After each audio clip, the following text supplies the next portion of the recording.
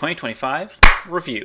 2025 is the first year that I made a real list of New Year's resolutions and stuck to them as well as I could. Now that the year is over, I want to go through them, see how I did, and make a plan for 2026. I was inspired to make New Year's resolutions in 2025 after watching Hassan Piker review his 2024 goals and grade himself at the end of that year. What the hell was this year, man? As someone who had getting good grades ingrained in me deeply as a child, the proposition of being able to make the criteria for myself to achieve seemed like the perfect game to rig to feel self-satisfied. I was also feeling really comfortable in work and life and thought it would be nice to give myself some goals to keep myself busy. I tried to pick a variety of topics and a variety of levels of effort that would be required so I could pick and choose what to focus on at various times throughout the year. I also designated some goals as primary goals I really wanted to do and stretch goals that I thought would be nice but seemed less likely to happen. On January 2nd, I sent a list of my 10 2025 goals to my friends. So, what were they, and how did I do? My first goal was read 6 books, at least one of which is nonfiction, which I designated as a primary goal. As a kid, I read books a lot and really enjoyed it, but from high school on, my reading really fell off. I turned to audiobooks as an easier way to consume stories, and pretty rarely actually read a book. But there's something that's really nice about reading books. It forces me to focus on the content in a way I don't usually do with audiobooks. This is especially important when I'm trying to read a book to learn something, like a history or political theory book, rather than just another fiction, sci-fi, fantasy book, which is my typical go-to. I had also been working on reading the political theory book Conquest of Bread by Peter Kropotkin for a long time and needed a goal that would force me to finish it. The book is only 190 pages long and I started reading it in summer 2023, just to give you a sense of how little I'd been reading. I set myself up for failure a bit though by deciding that that book wouldn't count towards the goal since I didn't start it in 2025. That, along with my general non-reading inertia, meant that it wasn't until June that I finished it and could really begin working on the resolution. Shortly after finishing Conquest of Bread, I started reading the book The Dawn of Yang Chen by F.C. Lee. The Dawn of Yang Chen is the third book in the Chronicles of Avatar series, which is a part of the Avatar: The Last Airbender universe. Hannah got me the first 2 books in the series, The Rise and the Shadow of Kyoshi, the summer we started dating, and I was immediately sucked into the expansion of one of my favorite TV show universes. I devoured Yang Chen, finishing it on June 16. It's an excellent book. I highly recommend the whole series to anyone who's a fan of Avatar and wants some more bending in their life. I decided that my second book for the year would also be my nonfiction book. In 2024, when Hannah and I were at a bookstore, I saw a book that immediately captured my attention and took up rent-free residence in my brain. That book was Cod, a biography of the fish that changed the world by Mark Kurlansky. With such a simple title and bold claim about a seemingly innocuous fish, my curiosity was piqued. Hannah, being the most amazing girlfriend ever, got me this book for Christmas 2024, so I had it ready to go. I finished that book on December 27th. That did not bode well for this resolution. The book was really interesting, if the subtitle is a bit of a stretch in my opinion. It's a neat look into the rise and fall of cod fishing, primarily in the Americas, and its impacts on the colonization of the northeastern Americas. This is the first non-politics, non-fiction book I've read in a lot of years, so at times it was difficult to find much motivation to read it. I also had an unexpectedly pretty significant time sink from late August to mid-December, more on that later, which really delayed me getting through it. So overall, that leaves the tally at 2 books completed, including my nonfiction book. That unfortunately means I'm going to have to give myself a D+ on this goal. Not a complete failure since I did do some reading, including the 1 nonfiction, but definitely not at the scale I was hoping for. Side note, I listened to a shit ton of audiobooks this year. At the time of recording this video, I've listened to 35 full audiobooks, and I expect I'll have finished another by the end of the year. Adding up all the listening time is more work than I want to do for this, but the books were typically between 12 and 15 hours long, with a handful being 20+ hours. So if we go with an average of 14 hours per audiobook, I spent 21 days worth of time listening to books this year. My favorite audiobooks of the year were a big surprise to me. A trilogy I had never heard of before they were recommended by my friend Elizabeth, shout out Elizabeth, called the Red Rising series, a sci-fi series about an interplanetary society in our solar system several hundred years into the future, which has developed a color-coded caste system and the struggle against that system. The series goes in a totally unexpected direction, and there are so many expertly done twists in the story, I was on the edge of my seat for all 3 of the books. Sounds like a cat wants to be let into my office. You gonna come sit with me? Say hi to camera. He says hi. My second goal was a stretch goal, but not because I wouldn't be putting a lot of time into it, just because I set the bar really high. The goal was Get shredded. I've been working out pretty consistently for the last couple years. It started with running regularly after Hannah and I started dating, but then when my mom died in 2021, long cardio like running and biking were one of the best methods I found to cope with my grief. The added benefit was losing a bunch of weight and feeling really physically good, so I just kept doing it. While we were living in Missoula, I started lifting weights more regularly, particularly after a random episode of a podcast I was listening to at the time talked about the benefits of weightlifting, not just for building muscle, but for general health. So for a couple years, I was pretty regularly working out 2 to 4 times a week, up to 6 times a week when I get in a really good groove of running 3 days a week and 3 days of weightlifting. However, my diet was never really that good. I'd eat fast food a couple times a week, have big portions of my meals, snack throughout the day, eat lots of sweets, just generally grazing. So while I was in pretty good shape, you wouldn't necessarily know it by looking at me. I've also struggled with body dysmorphia a lot of my adult life, thinking I look like I have a lot more excess body fat than other people seem to perceive in me. It's not something I've talked about very much or with many people, but it's something that just kind of lives in the back of my mind. At the start of the year, I also weighed close to the most I ever have, and that wasn't helping my self-image either. So rather than dealing with it in a healthy way like therapy, I decided I would just make my body look the way I wanted it to. I was pretty happy with how much muscle I had in most of my body, so the goal of getting shredded for me really meant decreasing my body fat while moderately increasing muscle mass. The goal didn't have a quantitative measure like BMI or weight, but just a qualitative goal of looking shredded. That term was really intended as a joke and got lots of laughs when I told people about it throughout the year.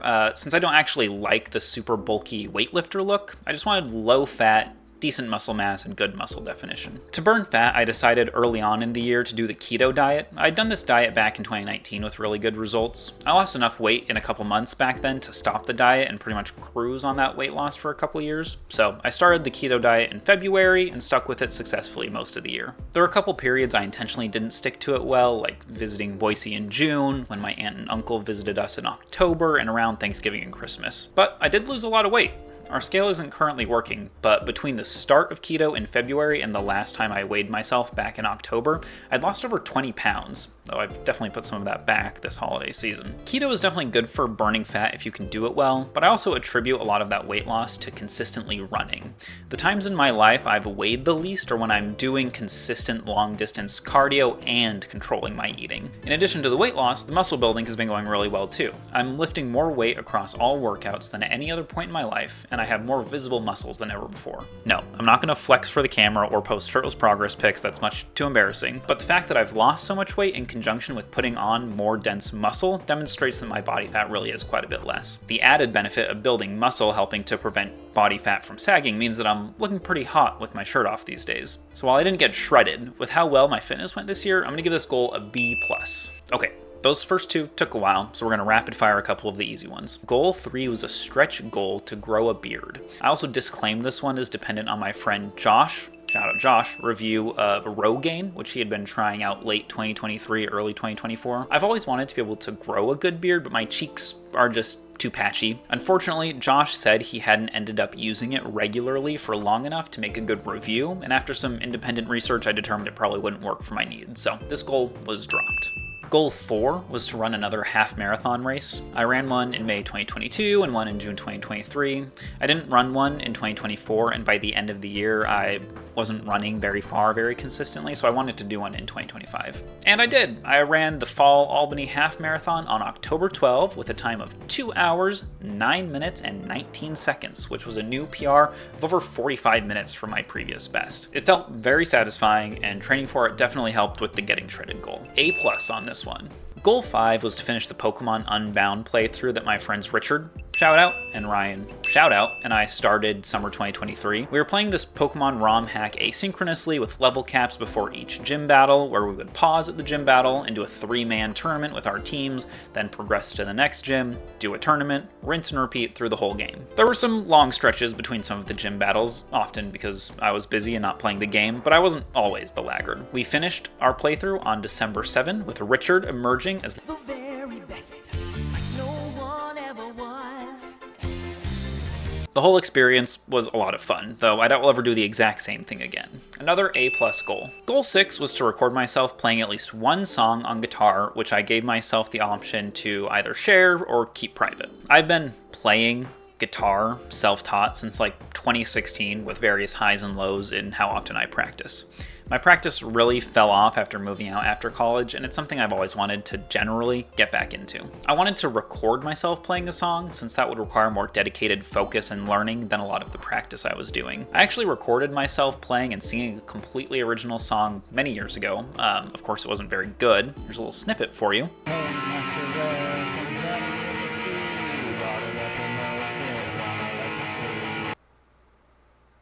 I got really inspired to practice guitar after seeing the Bob Dylan biopic. Yes, that's how I say it. I think it sounds better. Early in the year, but in the end, got too busy to practice much, let alone record anything. This is an F. Goal 7 was eat less sweets, with the vague measure of maybe getting down to eating sweets after dinner 2 times a week by the end of the year. Chocolate is probably my #1 vice in life. I love chocolate. Now that I've got you right where I want you, I'd like to buy all your chocolate.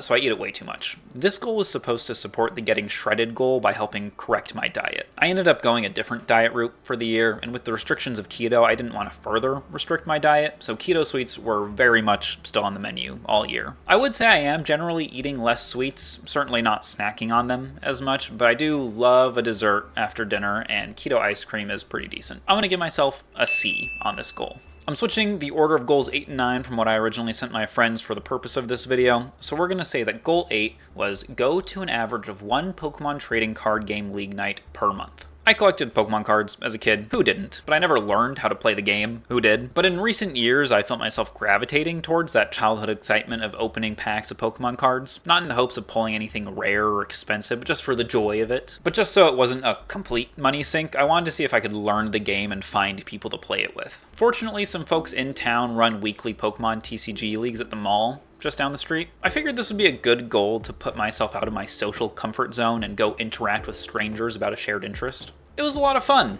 The game itself is kind of a mess. It's got some serious power scaling issues, and I think it could greatly benefit from scaling back EX Pokemon somehow, but that's not what this video is about. On November 25th, I went to my 12th league night for the year, completing the goal. As for the cards themselves, that was a lot of fun. Mid-year, and as a surprise to me, they released the Destined Rivals expansion, which continued the recent trend of having trainers Pokemon based on characters' teams from the franchise. This one included Ethan's Pokemon, based on the Gen 2 protagonist, which included Ethan's versions of some of my favorite Pokemon. Here are some of those cards. Obviously, when these came out, I made a whole deck around them, and that was my main deck for the year. I also got some other cool cards this year from packs or ones that I bought as singles, and here are some of those. This goal gets an A+.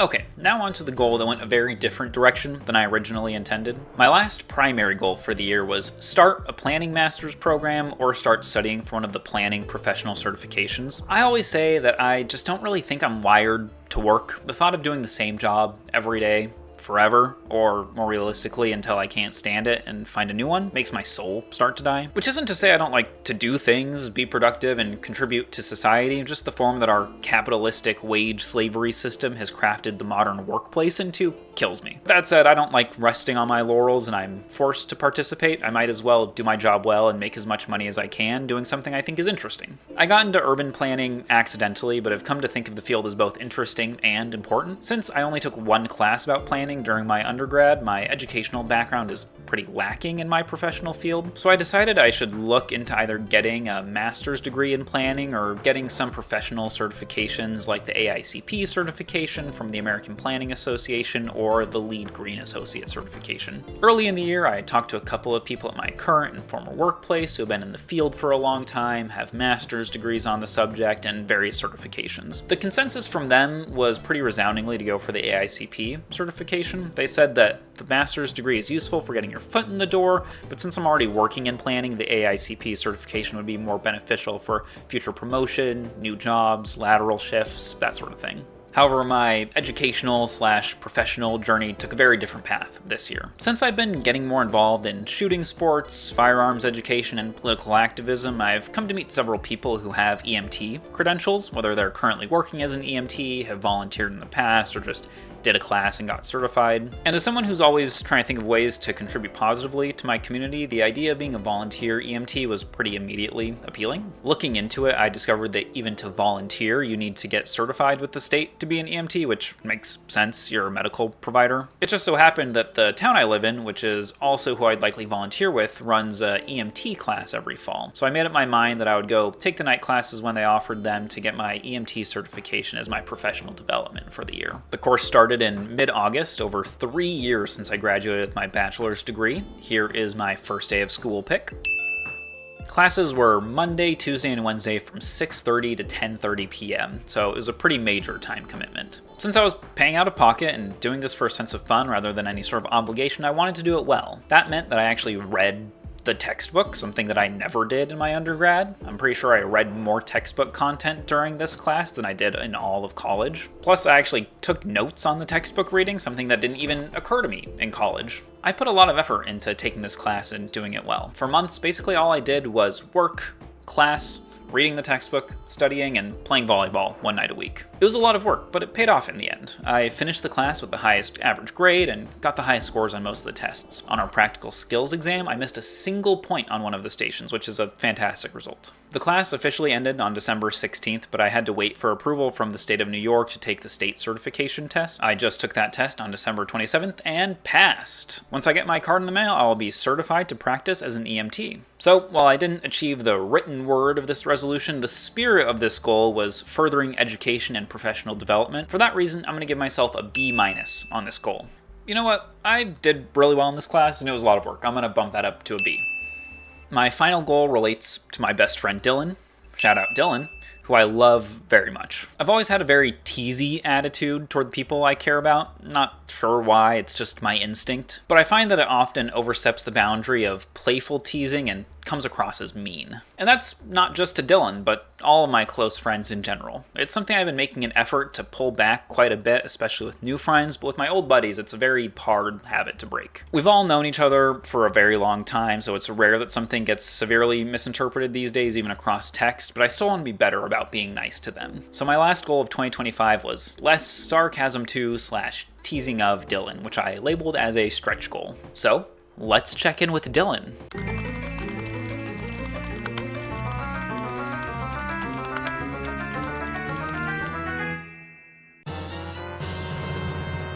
Well, there we go. We're calling this one an A+. So now I have grades for all my goals. Time to figure out what my GPA was. I'm gonna plug all these into a calculator with primary goals being 4 credits, stretch goals being 2, and regular goals being 3. Let's see what we get.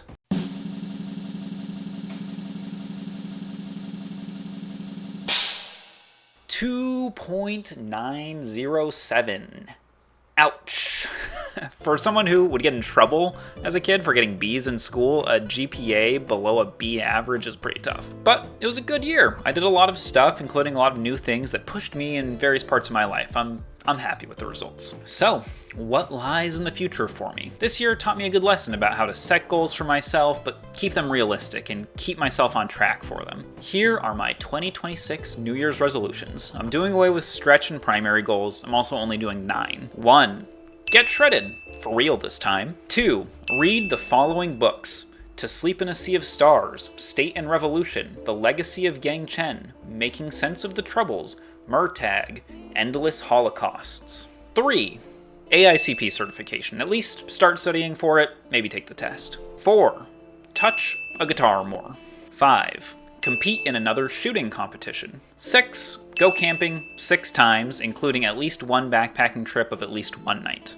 7. Use my 9 remaining rock climbing passes. 8. Make a playlist of all my favorite Distractable episodes. 9. Record and post my Arcane review video for Richard. See you next year.